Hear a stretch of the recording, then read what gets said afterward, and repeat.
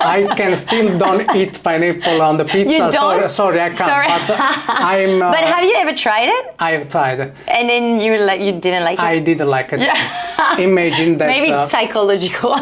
Or maybe not. No, maybe.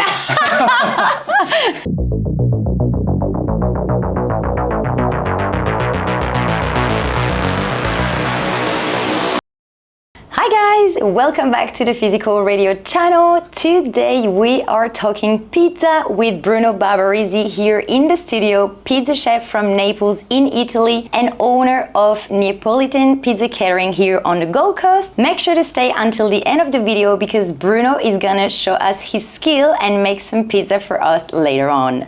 Hi Bruno, it's a pleasure to have you here. How are you? Ciao Faustine, my pleasure. I'm good, how are you? Yeah, good, thank you. So can you tell us about your journey from Naples to Australia, how you became a pizza chef and how you started your own business? So yeah, my journey with the pizza started when I was very young. So my grandparents taught me to do how to make pizza. So I like to still keep their tradition and still make their recipe and still make the flavors and the love, put the love that they used to do when they do the pizza and they do the dough and the way they teach me. And I have been starting to be pizza chef very young, and then I changed job for better earning opportunities in Italy, as it's not very easy to work in hospitality over there many times.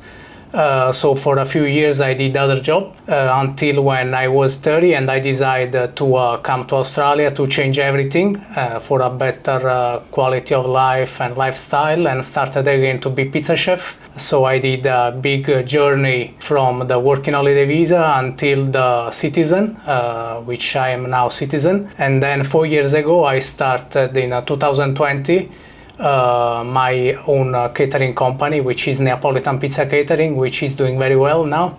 Nice to share the passion for pizza share the passion Australian to the people. Australian people, and that's what I want to do. It's to bring the Neapolitan flavor, the Neapolitan perfumes of the pizza, the Neapolitan love, and the same flavor that you can have in Napoli, you can still taste here in the Gold Coast or in Brisbane or in Sunshine Coast, because we travel around. Oh, cool.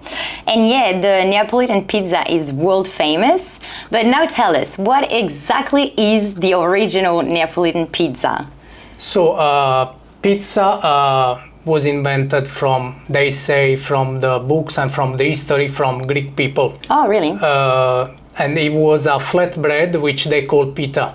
After many years, also they imported to Italy, and also in Italy they started to do the Romans, a kind of flatbread with some topping on it. But the real revolution, that was when a famous pizza chef, in honor of the Queen of Italy in 17th century, Queen Margherita, make a pizza in her honor. Yeah. With the colors of the Italian flag, and so he thought to put tomato sauce and basil and fresh mozzarella, and call this pizza with the Queen name. The Queen name, so that's the Margherita pizza. The story of the Margherita pizza.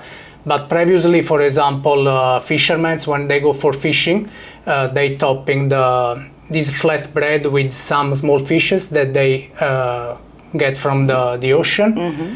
And with other cheap things, because they can't afford much by that time. And then after we got the revolution, when people could spend more money on pizza, and so we got the mozzarella, we got so many other toppings, but the original stays for us the Margherita, that from 17th century it's been the story of Napoli and maybe of Italy, and we people knows us all around the world. Of the Margherita, that's the classic. That's the classic pizza. Classic, yeah. And is there something I heard, like depending on the dough, how thin or thick it is, like is there some specific measurement that you need to do to call it like a Neapolitan pizza? So to call Neapolitan pizza, you need to follow some rules. So in the dough there must be a certain amount of water, okay. And it has to be at the room temperature for a certain amount of time,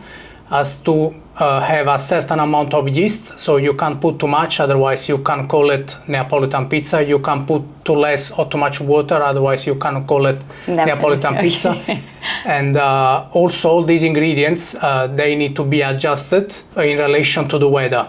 So, for example, you can say, give me a recipe, because there is some rules that you need to follow, but you need to stay in that rules, and you need to change slightly that rules, but stay within the schedule.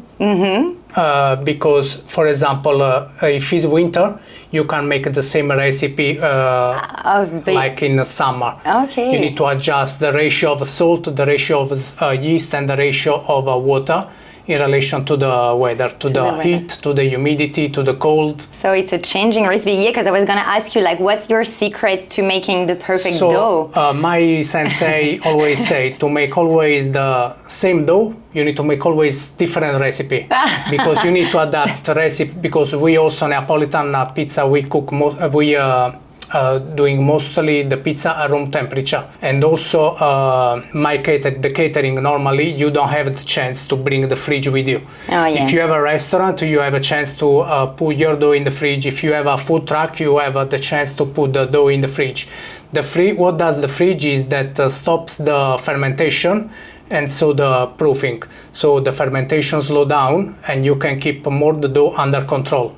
This is a job where consistency is very hard to keep, but if you are using things like fridge, this makes things much easier. But in my case, catering, once I go out for catering, I need to calculate very well how to make the dough. So the amount of each ingredient needs to be calculated for the day that I'm gonna use it. Yeah. So normally I make 48 hours fermented dough.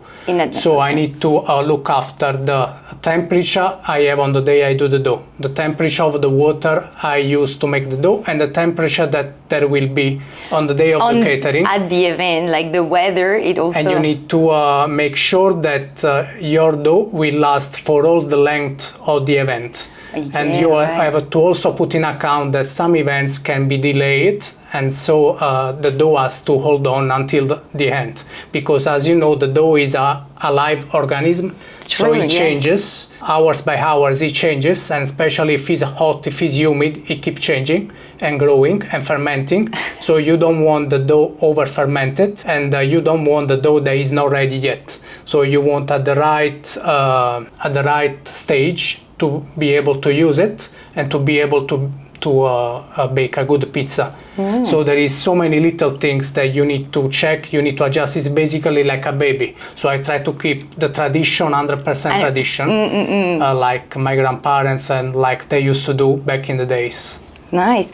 And like, so that was a dough. Now moving on to the toppings. Toppings can be really, creative. What's your, for example, your go-to topping for a pizza that will never disappoint? Like, will it be the margherita pizza for you? For me, the margherita pizza is always a must. In every catering or wherever you go in the restaurant, to taste because we like to taste actually the dough. We don't like too much topping. We like to taste the dough, because behind the dough there is hours of work and preparation. So you want to make sure that the dough is nice and you can enjoy the dough. For me, for example, the best part of the dough is the crust. Many people leave the crust. There's no topping, there's nothing. Many people leave the crust on the plate, but actually for me it's the best part, because I want to taste. Even when I go out for dinner, for example, in other pizza shops, I try to order always the basic, because I want to try the dough. Because I know that pizza chef behind there has been working hard and has been working a lot in making the dough, and we are proud of our dough. So the topping is important, but the dough is fundamental. And for example, margherita is one of the most famous pizza, but before the margherita, for example, there are other pizza like the marinara, which was invented before the margherita, when there was not the mozzarella yet. And the cosacca, for example, the marinara has basically just garlic oil and tomato base and oregano, which is the few ingredients that normally people had back in the days when they can't afford much. And after also the cosacca, which is basically... I'm so surprised, because marinara is not with seafood at all on top. or this is can another be. mistake. Yes, This is because another here in mistake. Australia, for example, every time marinara will be like a seafood, so I would imagine like So, seafood pizza. basically- Not at all. No seafood pizza. The marinara is called marinara, which is the basic one that I just told you, because was the favorite pizza for the fishermen. Marinaio is a fisherman in Italian, and that's why they call this pizza marinara. Marinara. Oh because my it was God. the pizza Okay. that was most affordable, but also that could fill up the stomach of the fisherman after a long night on the sea. Oh, that's funny. And then, so, but here in Australia, like, have you ever done like pizza fusion, mixing like Australian culture with like traditional Neapolitan type pizza? Have you ever put beetroot on a pizza? Not beetroot, but this can be another idea. I like to keep tradition, but tradition for me has to be in the dough. Okay. Because the dough for me has to be traditional. But then on the topping, you know, everyone has a different taste. So on my menu, I got 20 different flavor of pizza. Oh, wow. And I also have ham and pineapple, for example. Yeah, you do. The pineapple, the Italians, we are. Is it a crime to put pineapple on a pizza? Maybe when I came to Australia almost 9 years ago, of course I wouldn't have done that. Never ever. I was against like pineapple, like most of Italians here.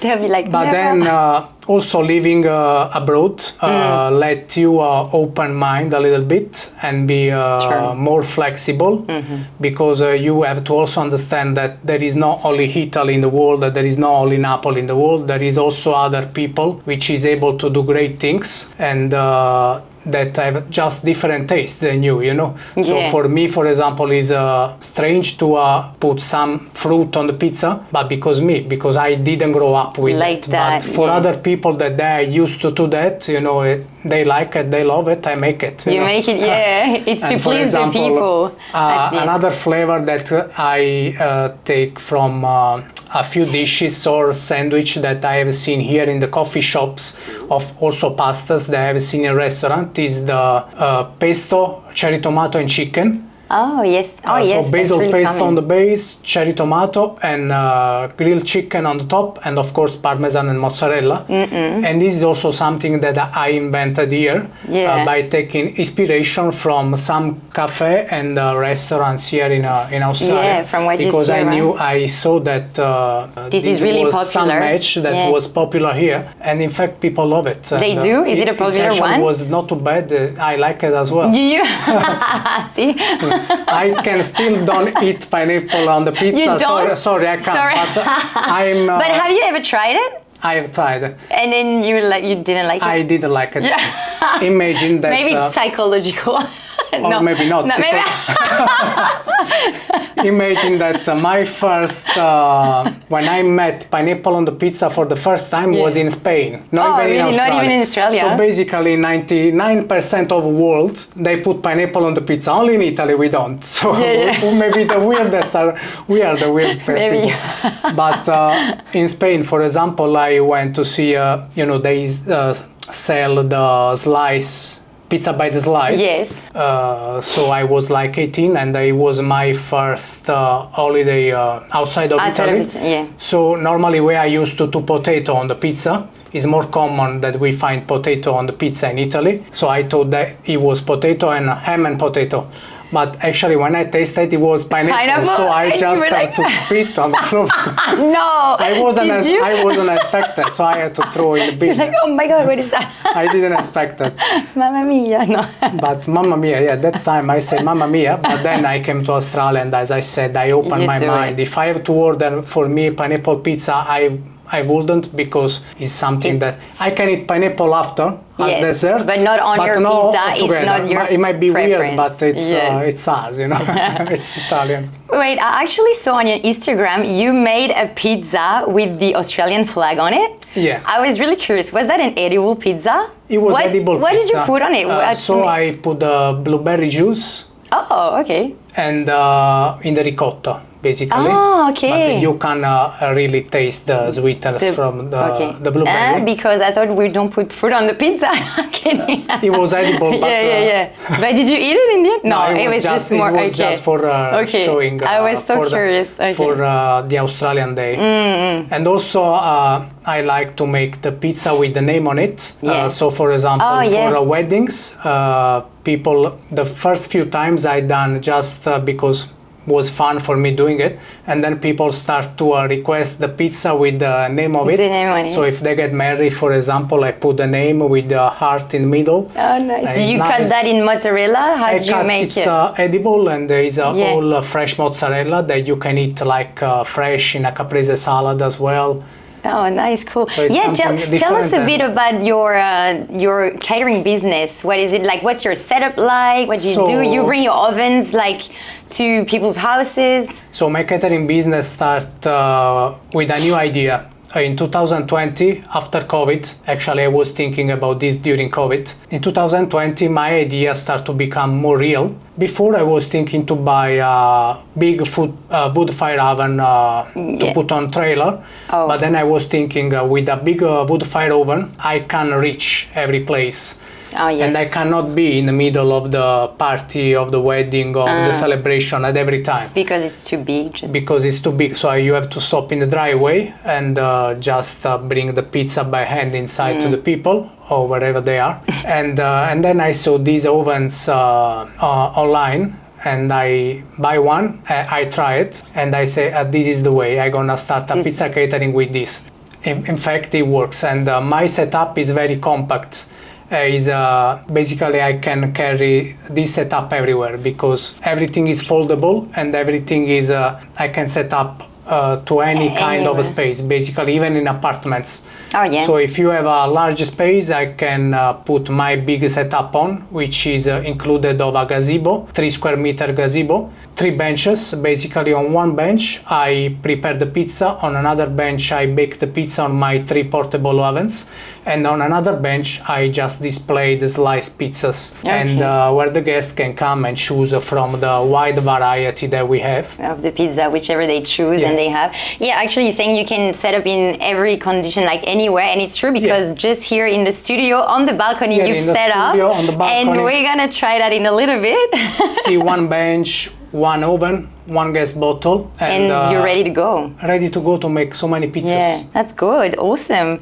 And well, what can we wish you for the future? I wish me to make even more pizzas. Even more pizzas. That's what I love to do, and I find really nice business, which gives me freedom. And also pride, because I can bring my products, Neapolitan product, all around Gold Coast and surrounding, and let people enjoy what I like. And through the food, because I like to be in the middle of the party, so I also like to engage with people. I like to talk with people, and I see that people here is very interested in what I'm actually doing, because I'm there. I'm just there. They can see me doing the pizza. They can see me baking, and they ask me many questions: how you do the dough, how you baking. So I also started to do pizza classes because there was a lot of people interested in also learning how to make. In fact, many of my clients, they also bought these portable ovens. And then I went there to show them how to use it, how to do the dough, because the oven is important, but the most important thing is to do the dough.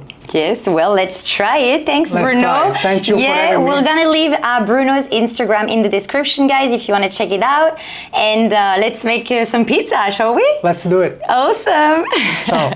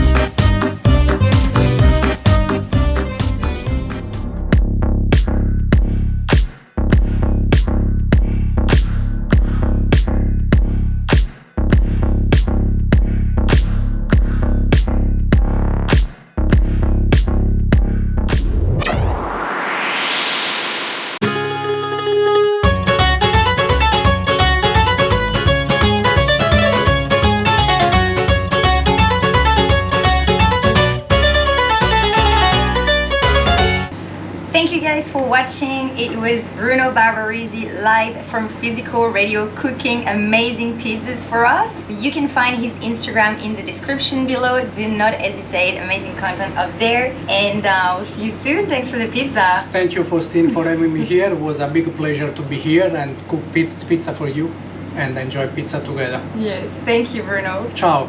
Now we're gonna finish the pizzas. Buon appetito.